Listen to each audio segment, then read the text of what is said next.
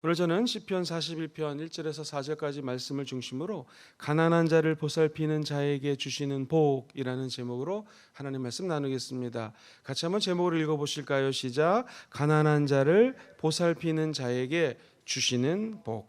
성경은 여러 가지 복에 대해서 말씀을 합니다. 시편에 보면은 우리가 신앙 관계를 하나님과 올바로 설정한 사람들은 마치 시냇가에 심은 나무와 같은 복을 받는다고 말씀하십니다.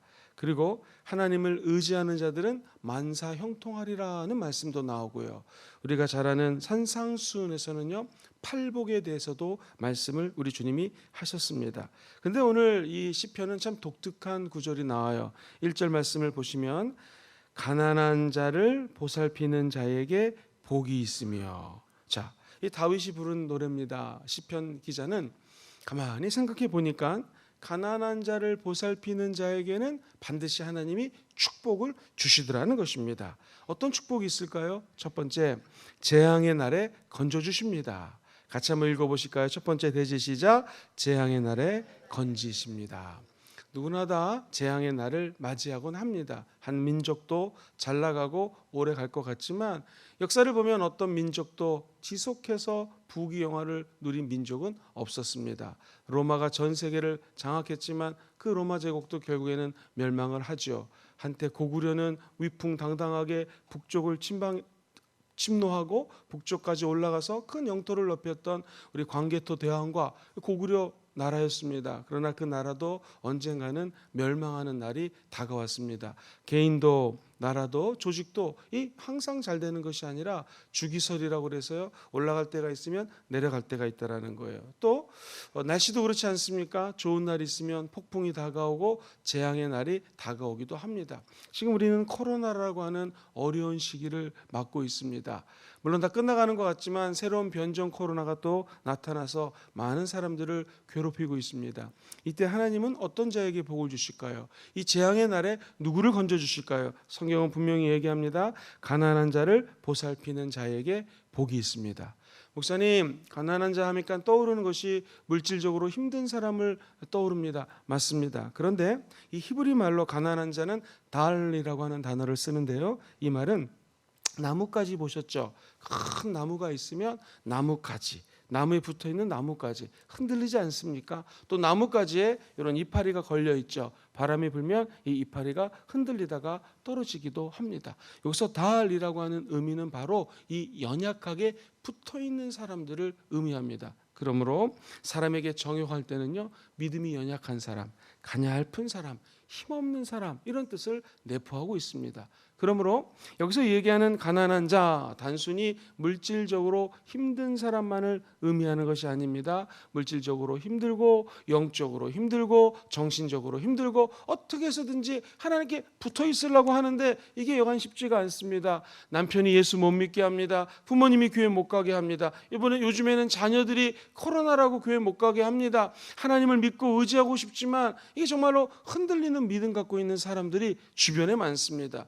이런 분들을 갖다가 보살피라는 것입니다. 구체적으로 어떻게 보살필 수 있겠습니까? 물질로 보살필 수가 있겠죠. 정신적으로 힘든 사람들 전화 한 통화해 주시면 됩니다. 요즘 코로나 때문에 힘드시죠? 또는 코로나 양성 반응 나오셨다고 들었습니다. 잠시 기도하겠습니다. 라고 힘들고 어렵고 하나님께 붙어있기를 원하지만 흔들흔들 거리는 사람들을 위로하라는 것입니다. 그러면 그런 사람들에게는요, 반드시 재앙의 날에 주님이 건져 주십니다. 이처럼 흔들흔들 거리는 사람을 무관심하게 두거나 냉랭하거나 이렇게 두면은 오히려 그 재앙의 때에 어려움을 만날 수 있다는 것입니다. 한번 따라해 볼까요? 내가 힘든 사람을 보살피면 야훼께서 나를 보살피십니다. 야훼께서 나를 보살피십니다. 그렇습니다. 우리도 힘들 때가 다가옵니다. 그리고 지금 힘든 사람도 있을 거예요. 그런데 이 힘들고 어려웠을 때 하나님만 바라보면서 오히려 나보다 더 힘든 사람들을 향하여 눈짓을 하게 되면 하나님은 거기에 더 은혜를 주신다는 것입니다. 여러분, 예수님을 열심히 전하다가 감옥을 갈 경우 얼마나 속상하겠습니까? 이 감옥의 형편이 이 땅에서 사는 것보다 훨씬 더 어렵지 않겠습니까? 영국의 청교도 중에 한 작가였던 유명한 글을 쓰는 사람이 17세기에 열심히 예수를 전했습니다. 그런데 그는 감옥에 갇히고 맙니다. 진짜 어려운 상황이죠. 하나님, 나에게 왜 이 감옥에 갇히는 시간을 줬습니까? 그러면서 이렇게 기도합니다. 제 인생에 이 감옥을 허락하신 하나님의 뜻을 좀 알려주십시오. 그래서 이곳에서 보내는 시간을 헛되이 보내지 않을 수 있도록 저를 좀 도와주십시오. 심지어 이 감옥에서조차 하나님의 뜻을 이루게 해달라고 간절히 기도합니다. 그리고 그는 열심히 기도한 다음에 펜을 꺼내서 글을 적기 시작합니다. 그 작품이 그 유명한 철로역정이라고 하는 유명한 작품이 탄생합니다. 오늘날 성경 다음으로 가장 많이 출판된 도서가 바로 이 철로역정이에요. 수많은 사람들이 그 글을 읽으면서 크리스찬의 삶이 늘 올곧고 축복만 받고 형통의 길만 가고 재앙의 길 가는 멀구나가 아니라 오히려 재앙도 만나고 마귀의 유혹도 당하고 이 사람을 신뢰했다 배반도 당하고 무엇보다도 하나님이 이쪽 길로 좁은 길로 가라 그랬는데 큰 길로 갔다가 낭패도 만나고 속이는 사람도 만납니다. 어려움도 만납니다. 그러나 꿋꿋이 걸어가는 자는 결국에는 천국에 입성한다는 내용이 바로 이 철로역정의 스토리 아니겠습니까? 사랑하는 성도님들, 지하 감옥에서도 몸부림치며 기도하는 자에게는 그의 달란트와 은사를 통하여 더 힘들고 어렵고 오늘날 세상을 살아가고 있는 200~300년 뒤에도 하나님의 사람들에게 영향력을 미치는 글을 이 존 번연이 쓰게 됩니다. 사랑하는 성도님들, 혹시 감옥에 갇힌 것 같은 어려움에 처한 분이 계십니까? 좌우 위아래를 바라봐도 도움이 없는 것 같습니다. 아무도 나에게 도움을 줄 수 없는 것 같습니다. 그러나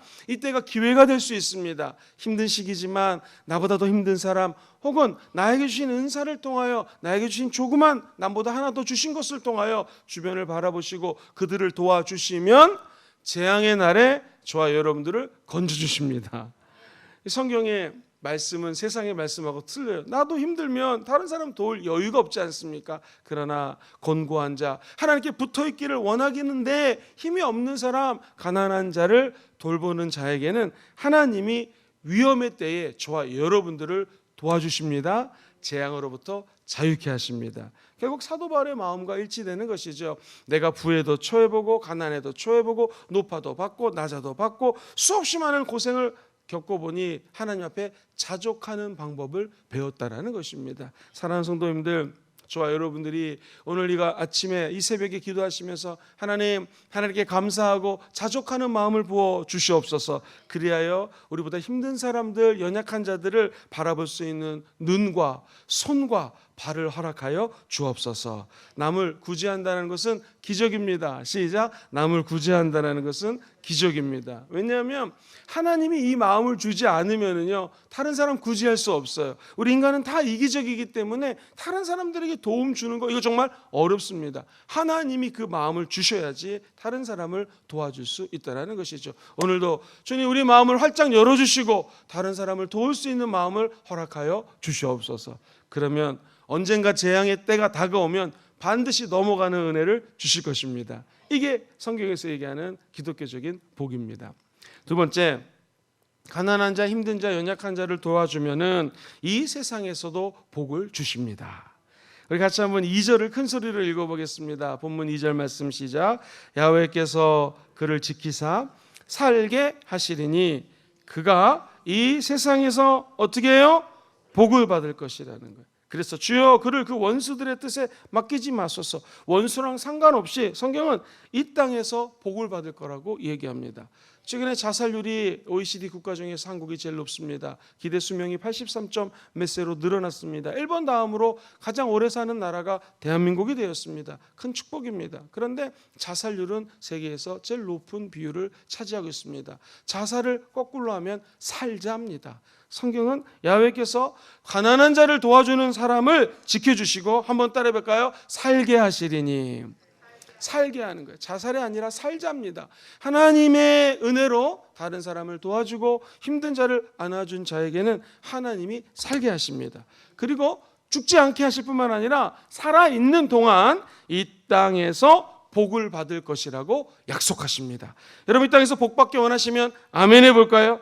그러면 하나님께서는 다른 사람들, 연약한 자, 힘든 자를 도와주라는 것입니다.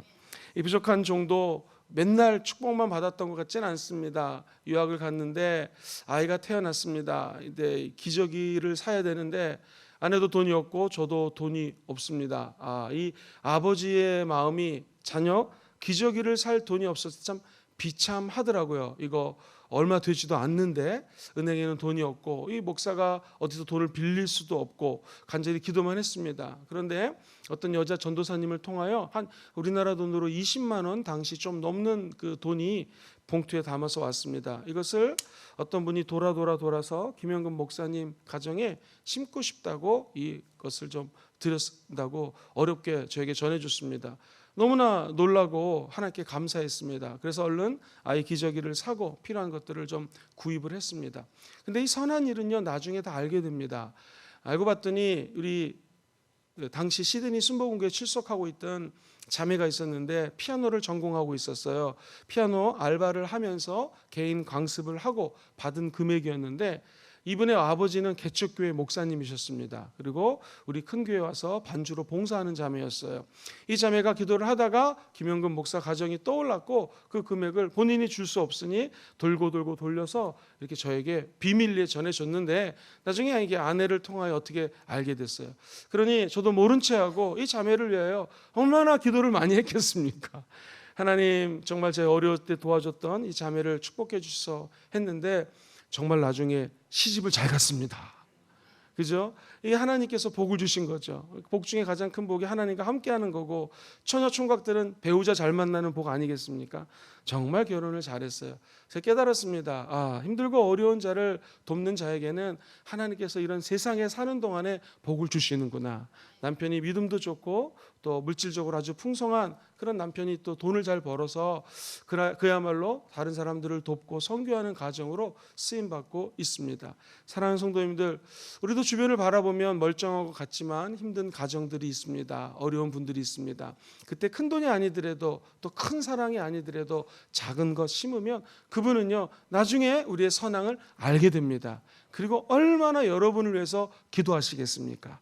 뿐만 아니라 그분이 모르고 기도를 안 해준다 할지라도 하나님은 멀리서도 우리 안고 일어섬을 아시고 우리 마음 얼마나 우리가 이기적인 존재인 것을 다 압니다. 그죠? 그러므로 불구하고 네가 이렇게 행동했다는 것을 주님이 아시고 반드시 이 땅에서 복을 허락하여 주실 줄 믿습니다. 사랑하는 성도님들, 하나님의 깨끗한 마음으로 하나님의 복을 받으시고 그 복을 흔들리는 자, 어려운 자를 보살피는 도구로 사용하시기를 주의 이름으로 축원드립니다. 주의해야 될 것은요, 하나님이 주신 축복 때문에 교만해지시면 안 됩니다. 하나님 주시는 축복, 내가 어려운 자를 도왔더니 이런 복을 주셨노라 하면서 하나님하고 멀어지시면 안 됩니다. 복을 받으면 받을수록 우리는 사명적 축복을 받은 것입니다. 다시 말해서 이 복을 통하여 다른 사람들에게 복을 나눠주라는 사명이 있습니다. 세상에서 복을 한 번에 왕창 받고 하나님하고 멀어지는 어리석은 사람들이 다 되지 않기를 주의 이름으로 축원드립니다. 그럼 하나님은 상상할 수 없는 더 크고 더 넓고 더 복된 길을 열어 주실 것입니다. 나아가 이 땅에서만 잘 되는 것이 아니라 영원한 복을 주셔서 저 천국까지 입성하는 기적을 허락하여 주십니다. 그 복을 다 누리시게 되기를 주의 이름으로 축원드립니다. 마지막 세 번째입니다. 가난한 자를 돕는 자에게는 어떤 복이 임할까요? 병을 고쳐주십니다. 시작. 병을 고쳐주십니다. 본문 3절 말씀을 같이 한번 읽어봅니다. 시작. 야훼께서 그를 어디서 붙드셔요? 병상에서 붙드시고 그가 누워있을 때마다 그의 병을 고쳐주십니다. 여기서 병상에서 붙드신다는 표현을 주목하셔야 됩니다. 사람이 쇠약해지면 병상에 누워있게 됩니다. 병상이란 말은 오랫동안 병원에 누워있다라는 거예요. 또는 병원이 아니더라도 침상에 오랫동안 누워있는 상태예요. 즉 환란이 지속되는 장기적인 아픔입니다. 그래서 이 육체적으로만 병원에 오랫동안 입원하는 것이 아니라 야훼께서 그의 정신적인 지속적이고 어렵고 오래된 악한 병들이 있다면 여기서도 조차 주님이 건져주신다는 거예요. 최근에 우리 교회에 이런 일이 있었습니다. 조심스러운 간증인데요. 오해하지 말고 들으십시오. 이분이 하나님께 물질적인 복을 받았어요. 그런데 한 가지 비염이 고쳐지지 않은 거예요. 왜 나에게 이 하나님 코 비염은 고쳐지지 않습니까? 만 가지 복을 받아도 사람이 얼마나 이 비염 때문에 고통스러운지 우리 교회 성도님입니다. 밑에서부터 이 가래가 올라오고 비염이 나오면 피가 코와 입에서 나오는 거예요. 얼마나 힘듭니까? 그래서 예배당에 앞에 앉지 못해요. 뒤에 앉아서 늘 이 비염 때문에 콧물을 닦아내야 되고 하루에 휴지 두루마리 휴지를 한두 통을 다 쓸 정도로 너무 고통스러웠습니다. 또 일을 해야 되기 때문에 일하면서 콧물이 나니 참 힘들었겠죠. 그런데 어느 날 제가 설교를 끝나고 아프신 분을 위해서 기도하는데 오늘 비염이 나았습니다 했다고 합니다. 저는 제가 이제 성령 인도하심을 따라 선포하기 때문에 뭐 까먹었습니다. 그런데 그분이 예배 때 그 말을 듣고 아멘으로 받아들였어요. 그런데 비염이 즉시 치유가 된 거예요. 거짓말처럼 재채기도 안 나고 콧물도 안 나는 거예요. 야, 신기하다 신기하다 하면서 이분의 직업이 미용사거든요. 미용실에 오는 단골 고객에게 얘기를 했습니다. 이런 일이 있었다고. 그랬더니 이분이 그 얘기를 듣고 집에 갔다가 다시 제 발로 와가지고 나도 언니가 다니는 교회 다닐게요 해가지고 우리에게 출석하고 있습니다.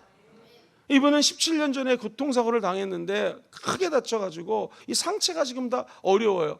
병원에 2년 동안 입원했다고 합니다. 그러니까 이걸 고칠 수 있는 의사 선생님이 없더라는 거예요. 근데 우리 교회 와서 하나님의 말씀으로 또 기도할 때마다 조금씩 치료되고 있다고 하는 그런 감동적인 이야기를 들었습니다. 사랑하는 성도님들, 우리 주님은요 17년 된 병도 고칩니다.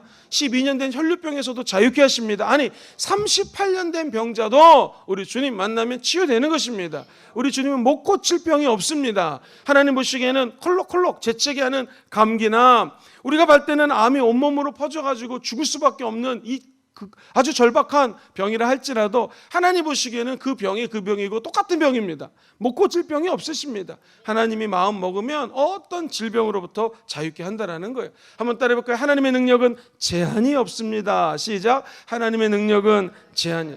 하나님은 못 고칠 병이 없으십니다. 우리가 하나님께 나아갈 때 기도해야 될 것은 하나님, 내가 오늘도 나보다 연약한 사람, 가난한 자, 힘든 자를 돕기 원합니다. 그들을 하나님의 품으로 돌이키는데 쓰임받기 원합니다 라고 기도하시고 가난한 자, 힘든 자, 하나님께 붙어 있으려고 애쓰는 자들에게 도와주십시오. 그분들에게 사랑으로 품어주십시오. 그러면은 주님은 재앙에서 건져주시고 이 세상에서도 복을 주시고, 우리가 한 번씩은 다 아프지 않습니까? 이 세상에서 맨날 건강만 한 사람 어디 있습니까? 아플 때 병을 고쳐 주실 것입니다. 그 은총이 여러분 삶에 함께 하시기를 주의 이름으로 축원드립니다.